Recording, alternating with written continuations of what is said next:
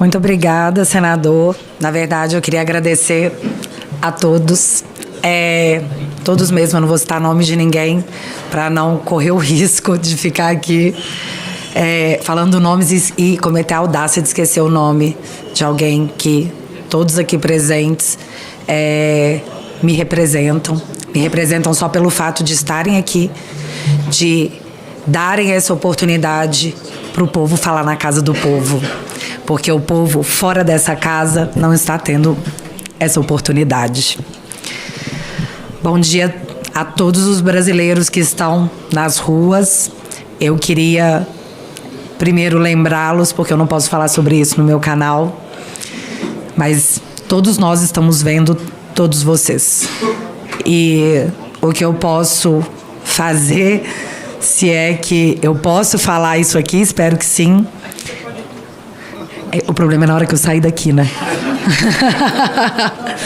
Eu espero que vocês tenham força. É o que eu desejo a todos vocês, que são tempos difíceis, mas nos tempos difíceis que se criam homens fortes. E é o que nós estamos nos tornando, pessoas fortes. Obrigada. Para quem não me conhece, eu gostaria de me apresentar. Meu nome é Bárbara, eu tenho 36 anos, sou mãe de 2 filhos lindos, esposa de um marido incrível, filha da melhor mãe do mundo. Mas foi com meu pai que eu aprendi a gostar de política. E por gostar de política, eu comecei a acompanhar todos vocês. E não é de hoje. Eu queria comentar um acontecimento. Como eu sou uma pessoa curiosa, que fica de olho nos senhores, eu acompanho essa Casa do Povo, querendo dizer que me sinto representada, mas isso seria uma mentira, e eu não vou mentir para mim mesma. Não por todos, mas num contexto geral. Eu quero abrir aspas para uma fala que foi dita nessa casa em 2016.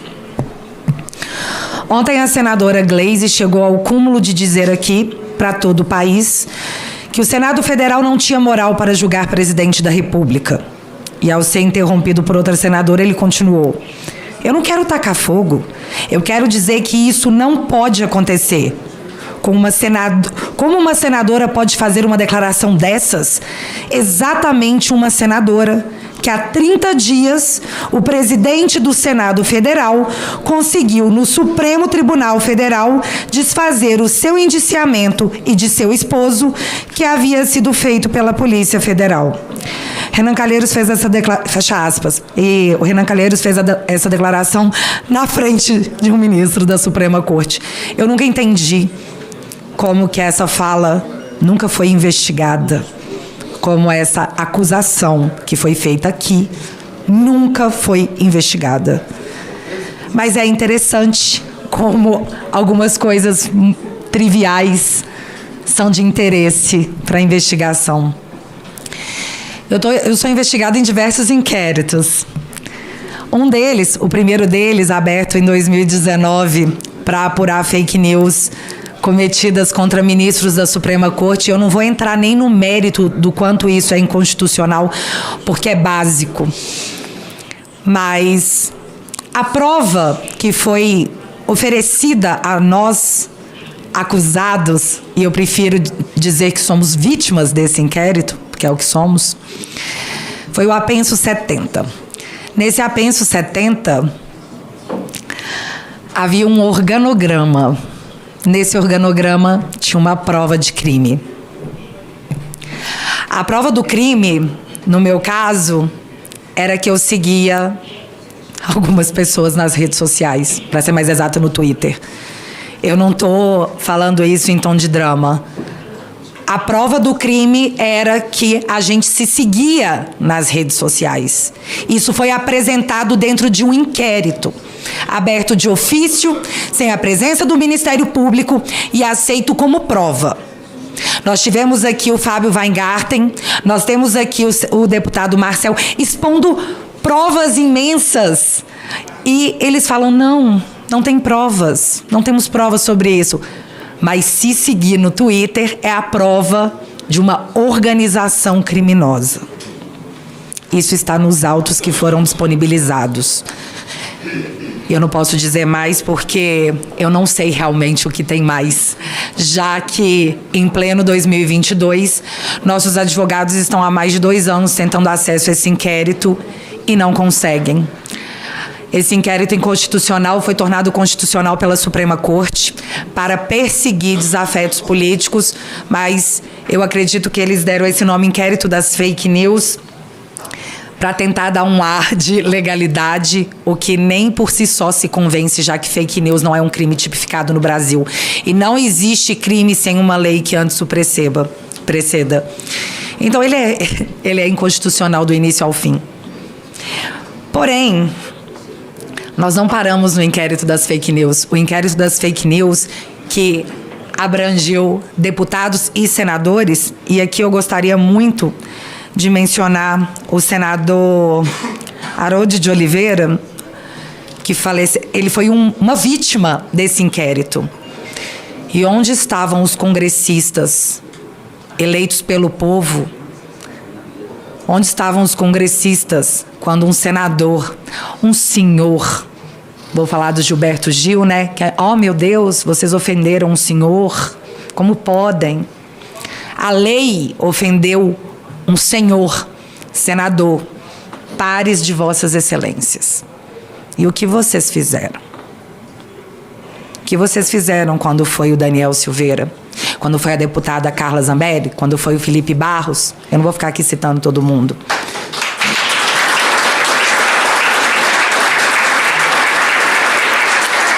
O que aconteceu e todos nós assistimos, infelizmente, foi a omissão completa daqueles parlamentares que o povo confiou para que nos representassem.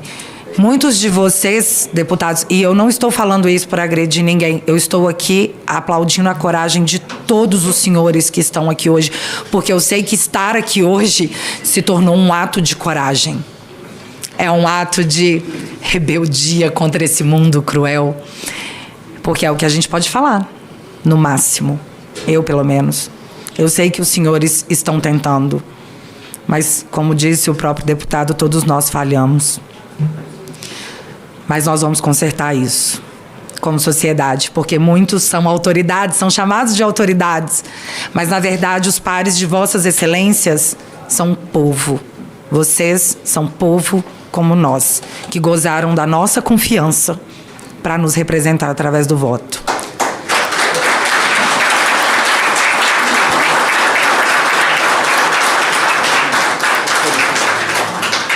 Pois bem, a gente falou do inquérito das fake news, esse foi o primeiro, eu gosto de chamar ele de pai. Foi o pai. Foi a mãe, deu cria. A cria foi o inquérito dos atos antidemocráticos. A cria, ela segue sendo o inquérito que não tem objeto. Eu preciso deixar claro para quem está nos assistindo e não tem conhecimento, eu não quero aqui dar palestrinha para ninguém, longe de mim, mas acredito que todos os senhores saibam, o inquérito ele é aberto para investigar fatos que já aconteceram. Você identifica um crime, esse crime, uma vez identificado, esse possível crime, você abre o inquérito para apurar a conduta. Não existe abrir inquérito para apurar crimes futuros. Você não abre um inquérito em 2019 e traga pessoas em 2022 para um crime que não aconteceu. Isso é o que diz a Constituição. Na verdade, isso é o que diz o Estado Democrático de Direito. Estado Democrático de Direito que nos dizem estar agindo dessa forma para protegê-lo. Mas o Estado Democrático de Direito me jurou que estaríamos todos debaixo das mesmas regras. Mas nós não estamos. Estamos? Uns são mais iguais que outros mais diferentes. Depende de qual a sua ideologia política. Isso é muito claro. Quem nega isso ou é hipócrita ou age de má fé. Hoje nós estamos com esse inquérito aberto que apura fatos futuros, mais uma vez inconstitucional. E certa vez eu fui convocada, né? Foi escalada, senador, para poder prestar depoimento nesse inquérito dos atos antidemocráticos, que eu confesso, o ministro foi um gênio. A PGR falou, arquive. Ele, tudo bem, vou arquivar. Você pediu? Tá bom, não vamos nos estressar por isso. Arquivei. No outro dia ele abriu outro idêntico, com um nome diferente, abrindo um espelho do mesmo inquérito. E todo mundo viu. Todo mundo viu isso acontecer. É o dom da adivinhação que eles têm. É, mas ninguém fez nada, só para constar.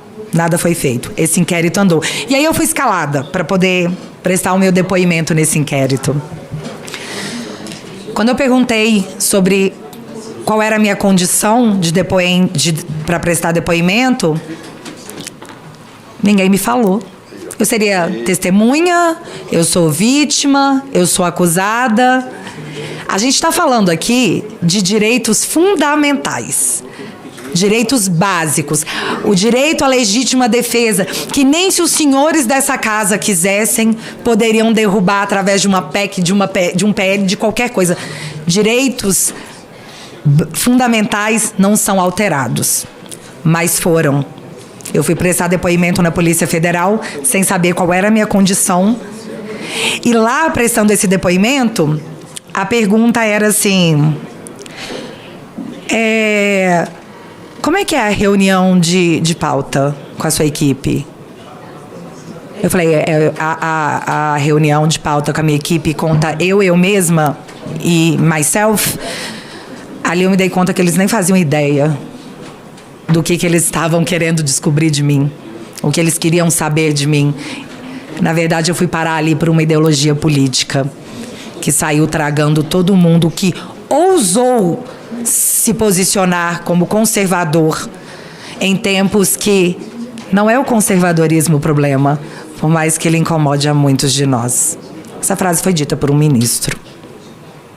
Pois bem, após o inquérito, após prestar depoimento, nunca mais tive notícias, nunca mais foi repassado nenhum tipo de informação, mas o meu nome deixou de ser Bárbara.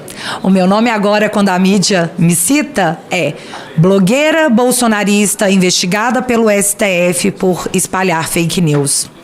Isso se chama assassinato de reputação, em inquéritos que nunca têm fim. Deixa eu dizer uma coisa para todos que estamos aqui. Do momento que você tira a humanidade de uma pessoa, chamando ela de nazista, de fascista, de genocida, qualquer coisa que você faça com aquela pessoa, a sociedade tem que tolerar. Porque, afinal de contas, você está livrando o mundo de um fascista, de um genocida. Quem é que vai passar pano para um nazista?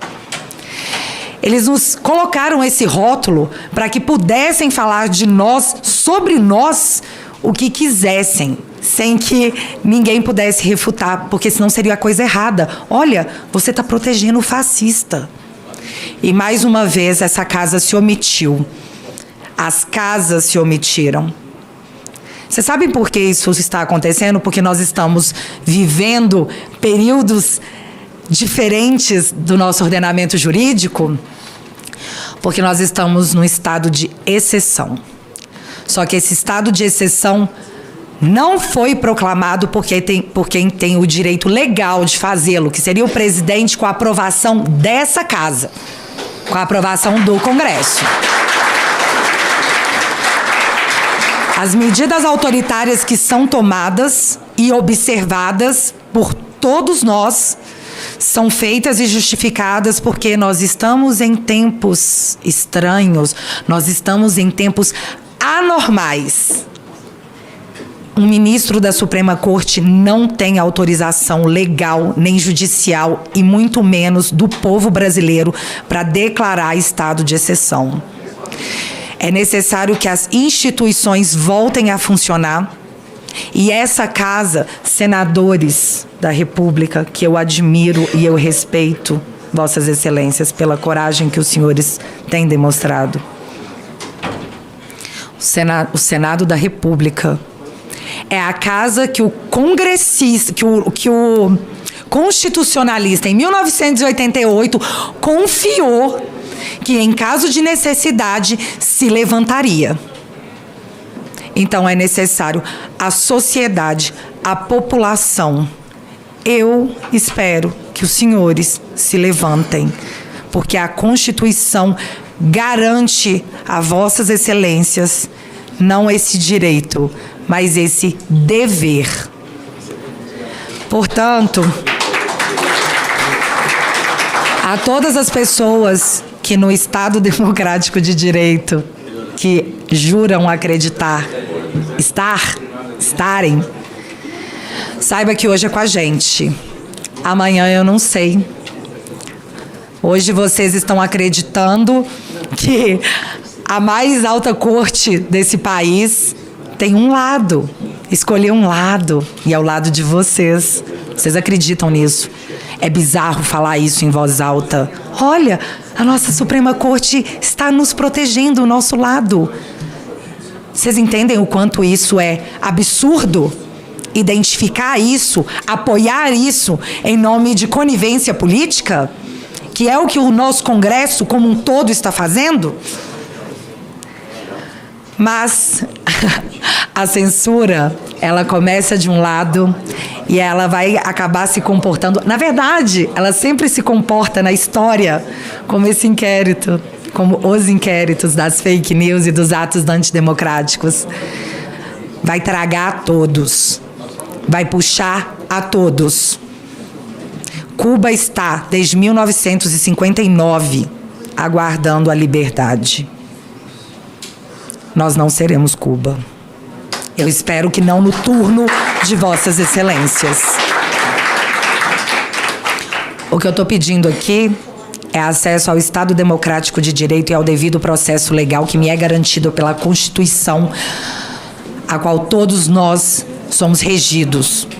Eu estou pedindo aqui a notícia, baseada na notícia que saiu nos jornais, onde um juiz determinou que um processo sobre um traficante fosse anulado porque não cumpriu o devido processo legal. Eu estou falando aqui de um bandido corrupto que lesou uma nação inteira e que teve o seu processo anulado porque, teoricamente, não se cumpriu o devido processo legal. Eu estou aqui falando para Vossas Excelências que eu não estou tendo o devido processo legal. Há anos. E não só eu. Muitos de nós. Então, o que eu estou pedindo aqui, de forma absurda, é o mesmo direito que a justiça deu para um traficante e para um corrupto condenado. Eu estou pedindo aqui o mínimo.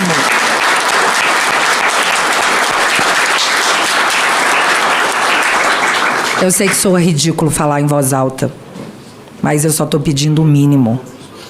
Então, por favor, Senado, por favor, Congresso, parlamentares, socorro. Socorro.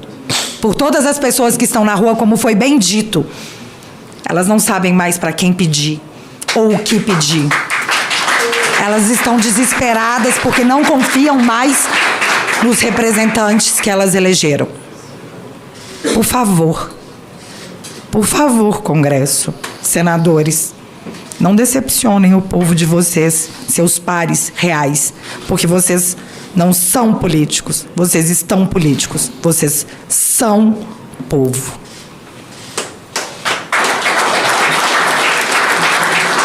Parabéns pela coragem de todos que estão e estiveram aqui, que pegaram essa luta. A todos os meus amigos que eu estou vendo censurados pela democracia, que não deveria, porque ela é proibida pela Constituição. Então, muito obrigado, senadores, congressistas. E é isso. Por favor, nós contamos com todos vocês. Muitíssimo obrigada, gente. Muitíssimo obrigado. Bárbara, sendo aqui aplaudida de pé, a voz da sociedade. Muito obrigado pela sua coragem, pelo seu desabafo legítimo aqui nessa casa. Eu queria resistir